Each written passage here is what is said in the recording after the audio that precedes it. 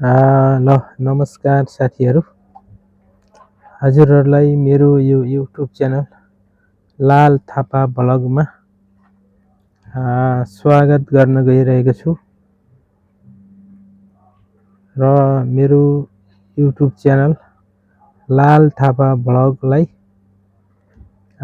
Subscribe, like र comment गरिदिनु हुन अनुरोध पनि गर्दछु। हजुरहरूलाई थाहा छँदैछ, योभन्दा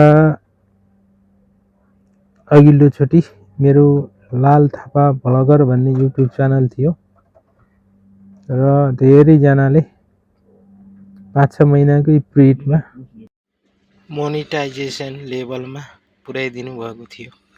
तर कारणवश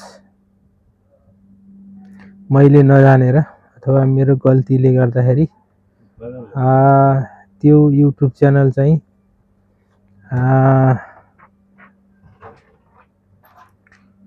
युट्युबले हटाइदिएको छ अथवा ब्लक गरिदिएको छ र त्यसमा मैले अहिले केही पनि गर्न सक्दिनँ है। त्यही भएको कारणले मैले अहिले फेरि हजुरहरू समक्ष मेरो लाल थापा ब्लग भन्ने फेरि अर्को नयाँ च्यानल लिएर उपस्थित भइसकेको छु र मेरो भिडियोहरूलाई हेरेर लाइक, कमेन्ट र सब्स्क्राइब गरिदिनु हुन अनुरोध गर्दछु। र लामो समयको अन्तरालपछि मैले भिडियोहरू हालेको थिइनँ, किनभने मैले कति 6-7 महिना मिहिनेत गरेर बनाएको युट्युब च्यानल मोनेटाइजेसन पनि भइसकेको थियो। तर मेरो कमजोरीले अथवा मैले नजानेर गर्दाखेरि जीमेलको प्रब्लमले गर्दाखेरि युट्युबले मेरो युट्युब च्यानल ब्लक गरिदिएको छ। त्यही भएर मैले धेरै लामो समयदेखि अथवा 3 महिनादेखि कुनै पनि भिडियोहरू अपलोड गरेको थिइनँ र आज नयाँ च्यानलमा पहिलोचोटि 3 महिना पछाडि हजुरहरू समक्ष यो भिडियो लिएर आइपुगेको छु र आज म यो भिडियोमा हजुरहरूलाई अब नेपालमा त हजुरहरूले सबैहरूले भन्नुहुन्छ खाडी लाउडे अथवा जति पनि यो गल्फ कन्ट्रीमा हुनुहुन्छ उहाँहरूलाई हेर्ने दृश्य र भन्ने एउटा भाषा छ है। खाडीका देशमा आएका अथवा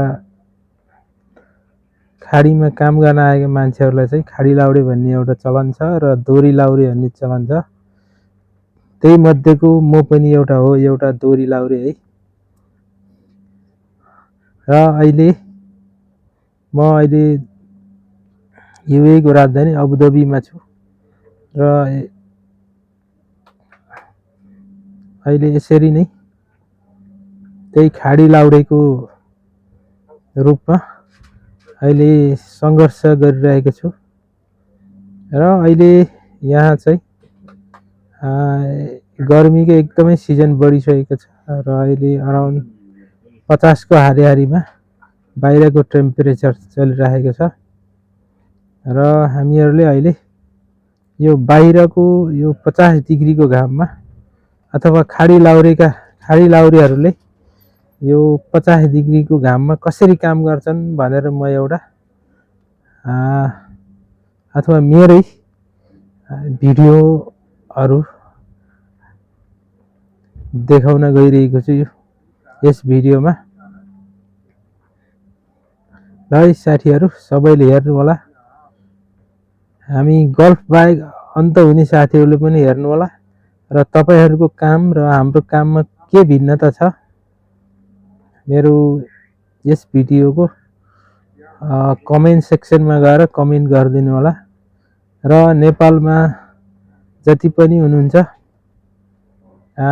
खाडी लाउडेका आफन्तजनहरू है, कति दुःख हुन्छ गल्फमा अथवा Saudi, Qatar, Dubai, Oman, Bahrain हैन, काम गर्न कति सहिलो छ र कति दुःख छ भन्ने कुरो हजुरहरूलाई थाहा हुनेछ र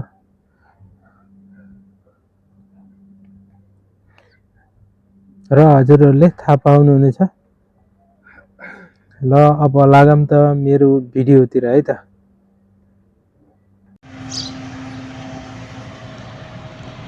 यो चाहिँ यो बिल्डिङ अथवा एउटा बिल्ला अथवा एउटा घर, नेपालमा भन्ने हो एउटा घरको माथि छु अथवा यहाँ बन्दै गरेको घरको माथि छु।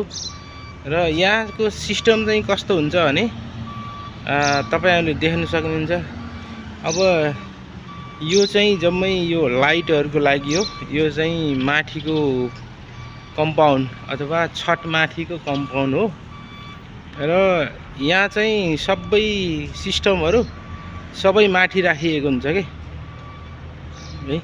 हजुर दृश्यमा देख्न सक्नुहुन्छ। यो जस्तै एउटा निश्चित ठाउँबाट एमईपी भन्छ, मेकानिकल, इलेक्ट्रिकल र प्लम्बिङ चाहिँ यसरी व्यवस्था गरिएको हुन्छ। यो यसरी यो पाइपहरु, यो तामाको पाइप छ। यो चाहिँ यो एसी को यो कुलिङ वाटर भन्छ के, त्यो चाहिँ हो। यो चाहिँ पाइप हो है, यो खानेपानीको पाइपहरु जस्तै यो राखिएको छ। यो चाहिँ ड्रेनेज वाटर छ, रेनिङ वाटर आका अथवा छतमा पानी बग्नको लागि तलतिर एक्सेसको लागि राखिएको हो है। यो चाहिँ सबै यही हो है। यो पानी, त्यसपछि लाइट, त्यसपछि यो चाहिँ एसी को पाइपहरुको लागि। र अर्को विशेष के हुन्छ भने यहाँ चाहिँ सबै सेपरेट रूपमै राखिएको हुन्छ। जस्तै अब यो रुम छ एउटा। यो रुम चाहिँ यहाँनिर चाहिँ वाटर ट्याङ्की र अरु इक्विपमेन्टहरु राख्नको लागि यो बनाइएको रुम हो। 10 सेन्टी यसमा चाहिँ वाटरप्रुफ हुन्छ के, फर्मले वाटरप्रुफ हुन्छ। अब यहाँ लगाउने तयारी छ, त्यही भएर यो भित्तामा सबैमा यो चाहिँ प्लास्टिक प्रोटेक्सन गरेको छ।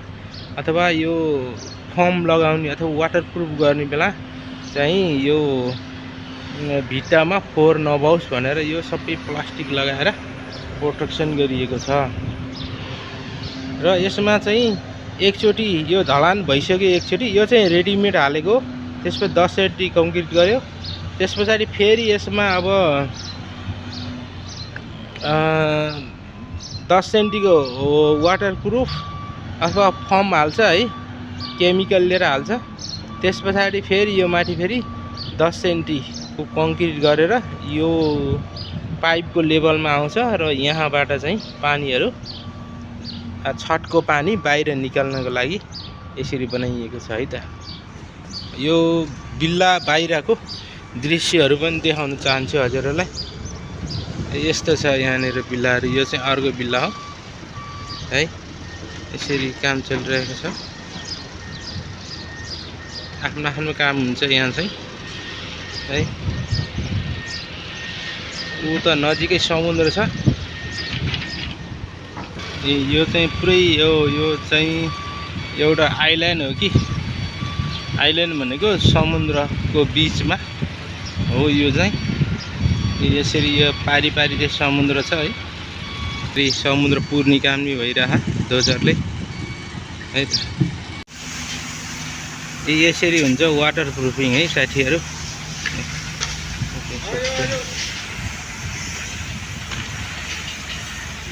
स्प्रेबाट यसरी वाटरप्रुफ हुन्छ है त।